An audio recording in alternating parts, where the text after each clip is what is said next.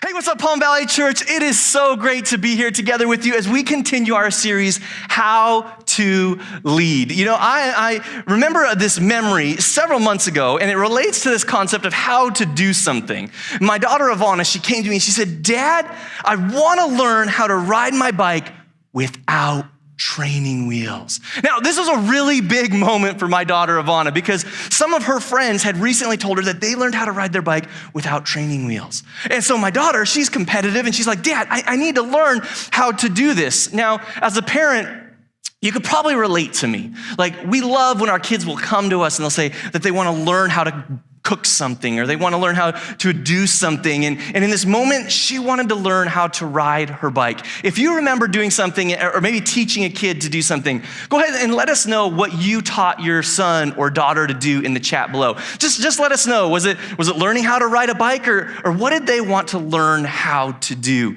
So I take my daughter and we go down to the park and we take her bike, and at first I'm holding on to the handlebars and holding on to the seat, and I'm explaining and I'm giving her some very specific instructions. I'm saying, okay, this is what you need to do. As you ride, you got to stay balanced. So make sure you don't tip over from one side to the other. You got to keep looking straight ahead because you don't want to hit a curb or a car or run into something. And then I'm telling you, you just got to keep moving. And as you keep moving, you're going to get the hang of it. And so as we're doing this, I'm down at the park and we're riding. And at first I'm holding on, and then I'm like, all right, you're doing great. And then I'm just holding on by the seat. And then she seems to really be getting the hang of it. And I'm getting really excited. But as we're doing it, every time I would let go and push her off, she would immediately begin to struggle.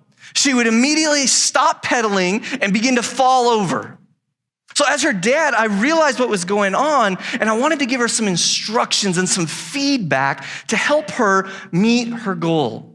And so I said, Ivana, this is what you need to do. As we go and as we ride the bike and as I push off, you have to just keep pedaling. Just keep pedaling, baby girl. Just keep going, and you've got this. You can accomplish this. I wanted to give her very specific instructions so that she could achieve her goal.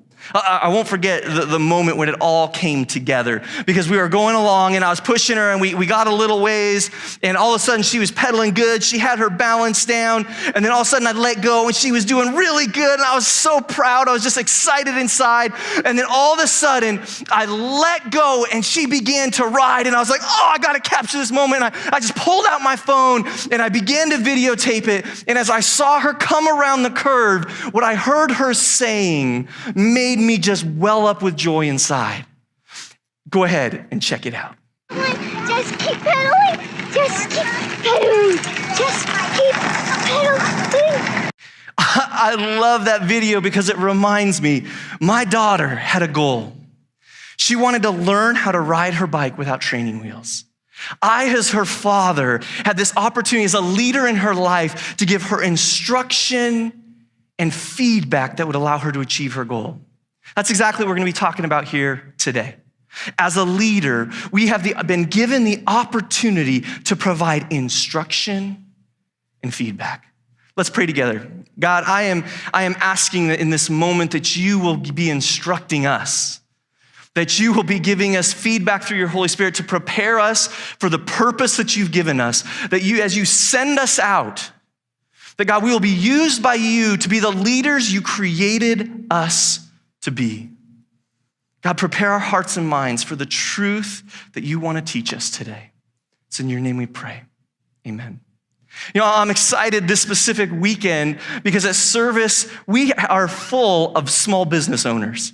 Here in the chat, if you're a small business owner, I would love for you right now, just shout out what business that you're a small business owner for. Like, this is your chance. Humble brag. Let everybody know this is the business and this is what I do. Because we are here to celebrate you as a small business leader. But ultimately, we're here to learn from Jesus. This series, How to Lead, well, we can all give our thoughts on how to lead, but we're looking at the ultimate example of how to lead, the person who's changed history, the person that's changed my life. We're looking to how to lead like Jesus. And so today, if this is your very first time, I want you to know that we are going to be learning from one of the most influential, the most incredible people who has ever walked this planet, who also just happens to be God.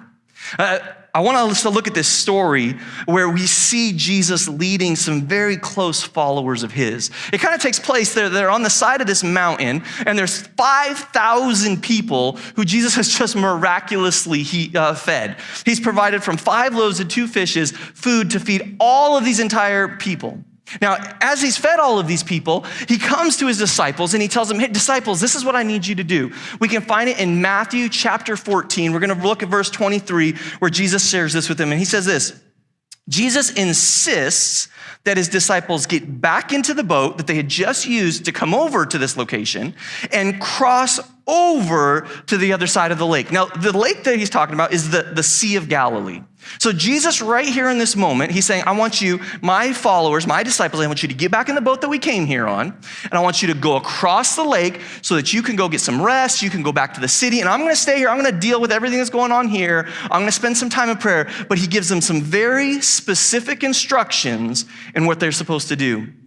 It's there that I think we find our first leadership principle. Leaders give instruction. Jesus knew he needed to tell his disciples what to do in this moment. And that's exactly what he does. He sends them out across the Sea of Galilee, about this 7-mile stretch out into the sea. Now, when I think of giving instruction, I want to not just look at the example of Jesus, but I want to look inside of my own life. Because all of us, we have opportunity to give instruction. Leadership is influence, and we have influence somewhere. Maybe you're giving instruction to your children. Maybe you're giving instruction to your coworkers. Maybe you're giving instruction to a spouse, helping them understand your needs or what needs done throughout the day. Maybe you're giving instruction to yourself of, this is what I need to do. When I think about my own life, I think of giving some instruction, not only to my daughter learning how to ride her bike, but to my son, Timothy.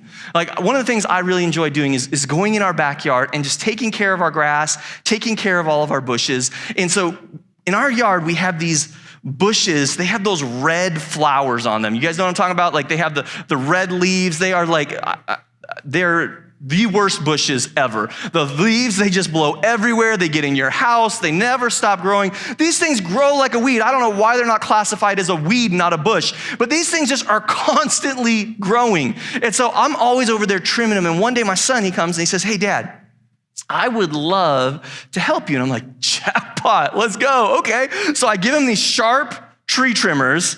Yeah, Tracy was not thrilled about that. But I give him these really sharp tree trimmers, and I was like, all right, this is what you're gonna do. I want you to go about a foot in, and you're just gonna cut. And he didn't know at the time, those bushes are full of thorns. But he starts trimming all of the different branches. The branches are falling down, and that tree or that bush looked terrible.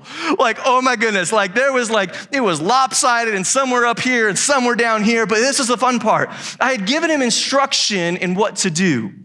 He had taken that instruction, and sometimes we need to give opportunities for someone to fail or to develop or to learn, and that's exactly what he did. He was trimming the bush, and then the next time, he's like, hey, Dad, can I do that with you again? And the next time it looked a little bit better.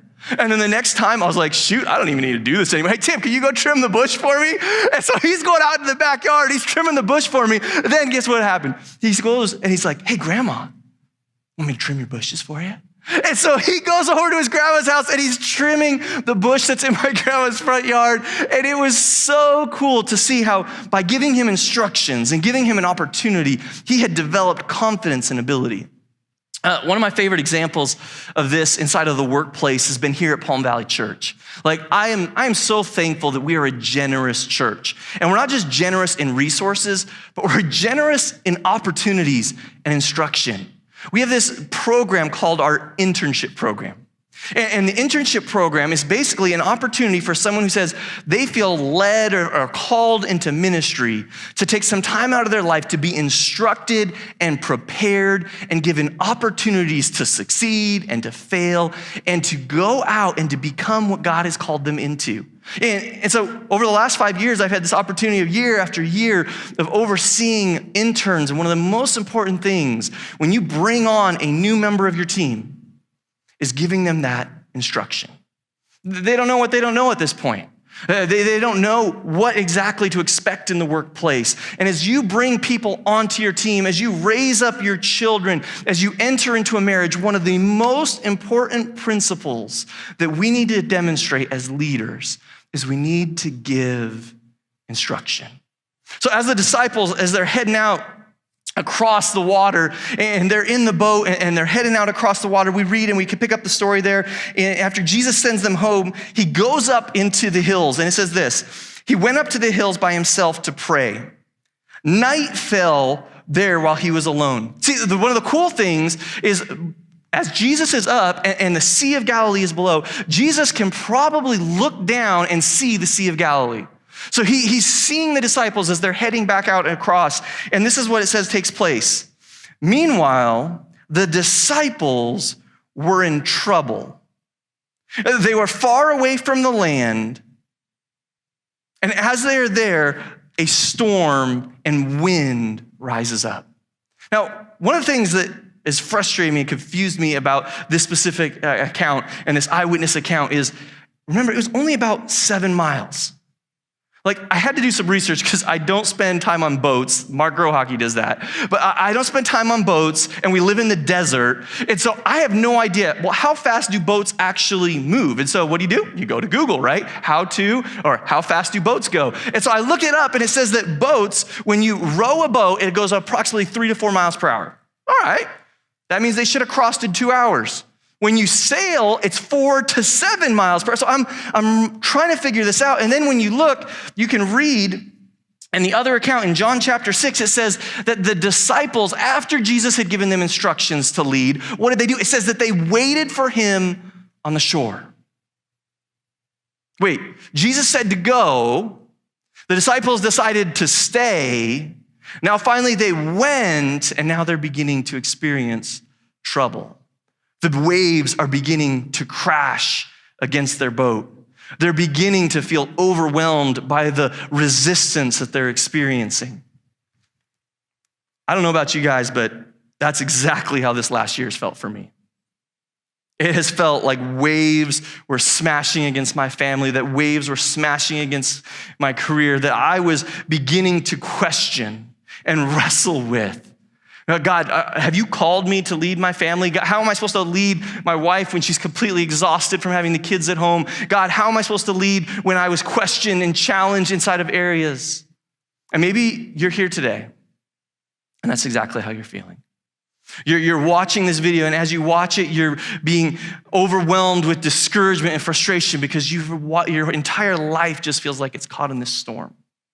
Well, I want to share with you, if that's you, if you feel just like the disciples, I want to share with you this verse that's brought comfort to me in this last year. And it's John 16, 33b, and it's Jesus, and he says this: here on earth, you'll have many trials and sorrows, but take heart because I have overcome the world. See, Jesus was ready and willing to help you and to help me. And so Jesus, it says that he heads out at about 3 o'clock in the morning. He begins to walk out towards the boat. And it says Jesus came towards them walking on the water.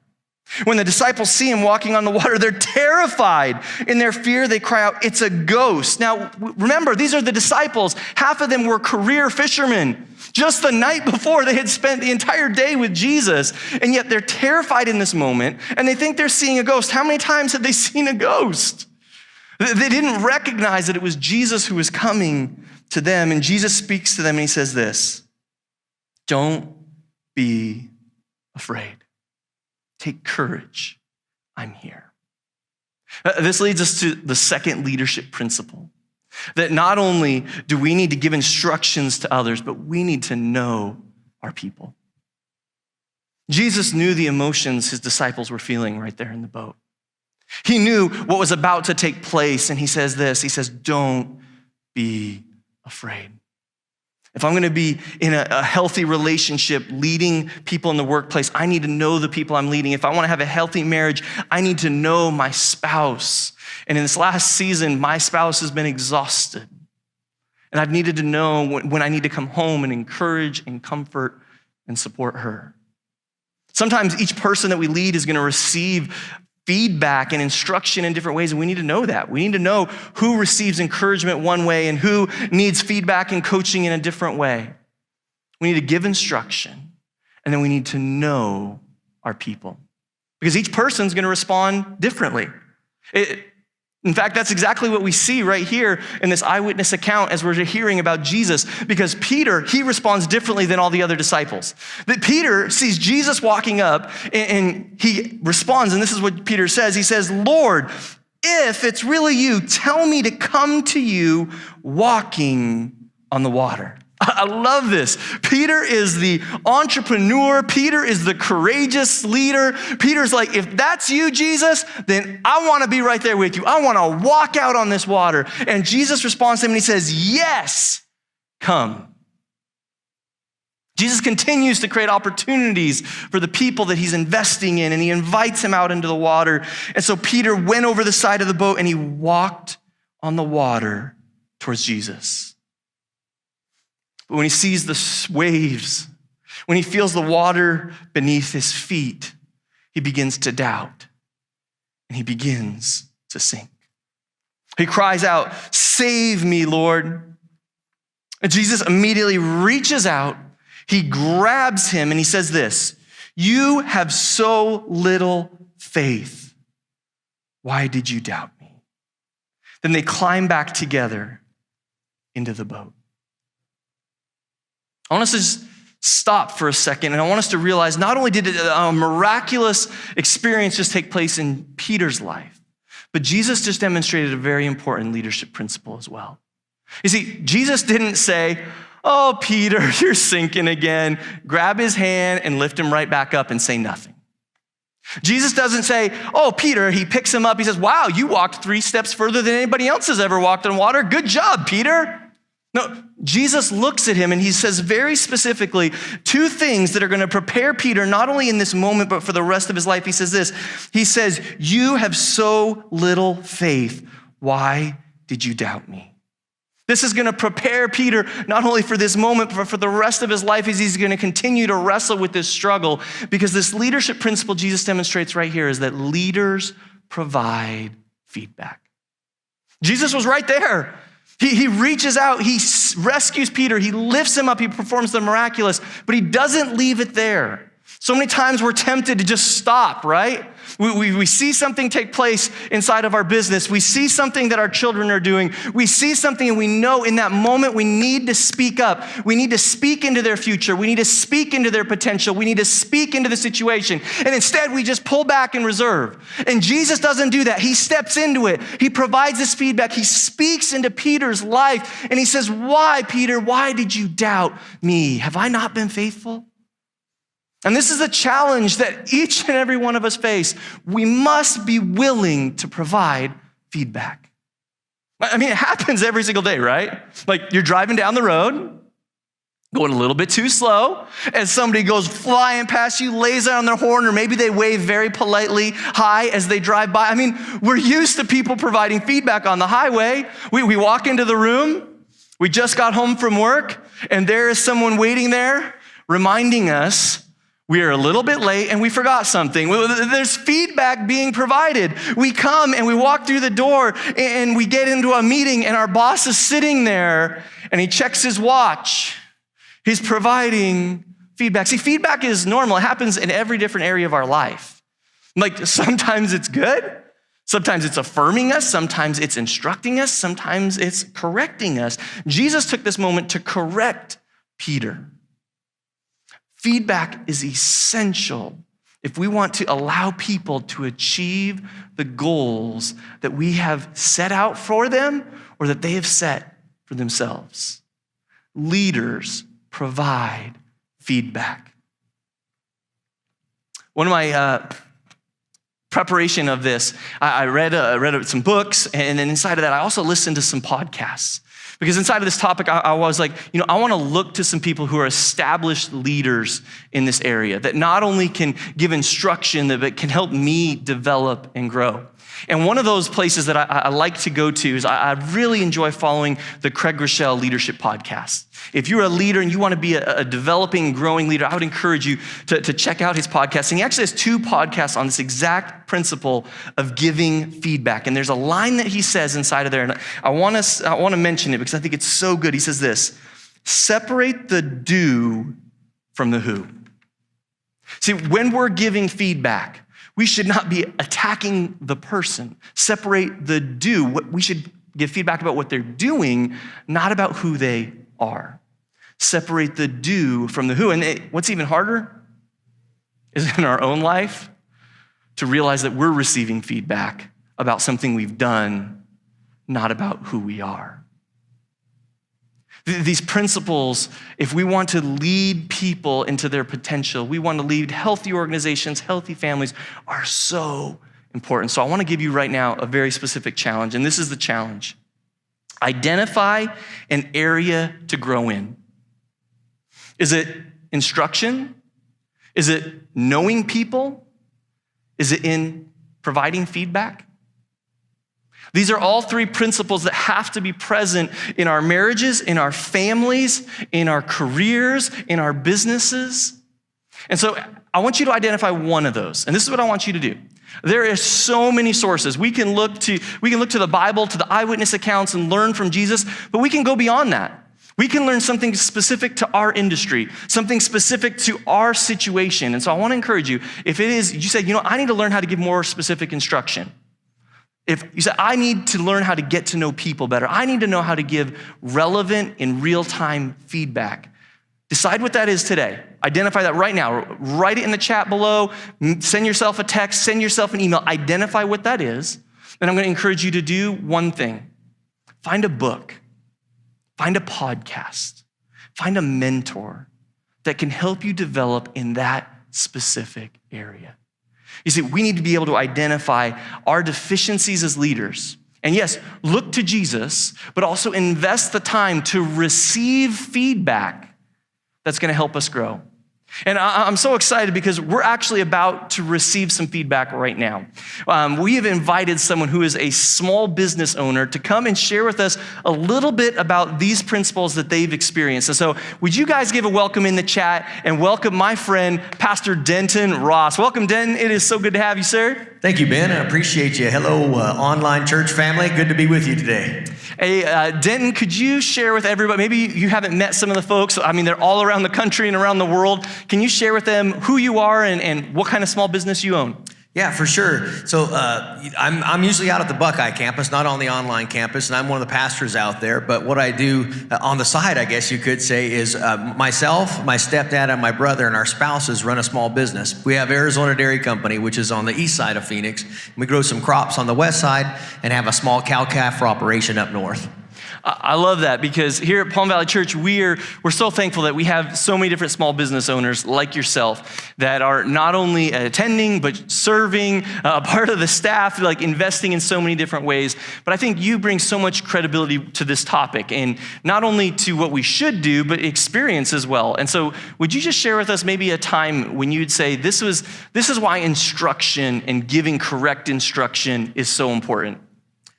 Yeah, for sure. I think, for us, like the bulk of our employees are milkers. Okay. That's kind of an entry point onto the farm. And to milk a cow, it's fairly simple, but it's a very exact process. And if that process is done correctly, bad things can happen, right? A cow becomes unhappy. And if a cow's unhappy, she doesn't eat. And if a cow doesn't eat, she doesn't milk. So it's very important that we get this process right because it ties into so much other areas of the dairy. So it's very important that we're on the front end, make sure we equip our employees how to properly milk a cow. Yeah, that instruction sets them up not only for doing the process correct, but a good long career, I would guess, with your company and with the dairy. Absolutely. That's where we draw some of the managers, or that's how you advance in the company, is you become a milker and milk a cow really well and begin to detect when cows are sick kind of before they know and those things, and that's how you move up in the company for sure. So I guess the moral of the story is like there's truth there for a small business owner or for someone who's aspiring to grow, and like the value of listening to the instruction and following that, which really takes us to the area of feedback. When it comes to this idea of giving feedback, can you share with us a little bit of what's a nugget of truth, a leadership principle that you would draw out when you say, this is how we give feedback, or what I've learned about feedback? Yeah, I loved in your message how you said some people draw back from feedback. And, Sure. and I was a little bit convicted when you said that, And so you're talking about some areas that we need to work on as a company. I think it is in this area of feedback. I think a lot of times what happens is when we're giving feedback to our employees, it's always negative. You know, and I feel like that we need to do a better job in our company to create the space to give positive feedback, to give encouraging feedback. And I guess in some ways that kind of goes to the second point of knowing your people, right? Knowing that, hey, this person really excels when I give them positive feedback, and knowing that. So yeah, I guess my encouragement to small business leaders would be to make sure you have the space not only to correct them in when it happens, a mistake happens, right? But also provide the space to provide that positive feedback as well. I love that. It's so good, because what you said there, like, yeah, sometimes we do withdraw, or sometimes feedback is like an F word. It's like the F word. Like, no, I don't want to give feedback. But there's such value in it, and it can be a very positive thing. And so if there's a small business owner here watching right now, and you are going to give them just some encouragement, spiritual encouragement, what would you say to the small business owner right now, just giving them some words of encouragement? I think what I would tell them to give them some words of encouragement, make sure you turn into this series. Right, this series is all about how to lead like Jesus, and I think when we look at this story, whether that be last week's story where Peter is the rock that he builds his church on, right, and that's revealed by God. Like, I think if we do these things, like you said, the podcast and those things, to try to, if you're going to be a leader, you're going to have to be a learner, and so you're going to have to learn. And you said it at the beginning, the best leader that I've ever known, that's Jesus.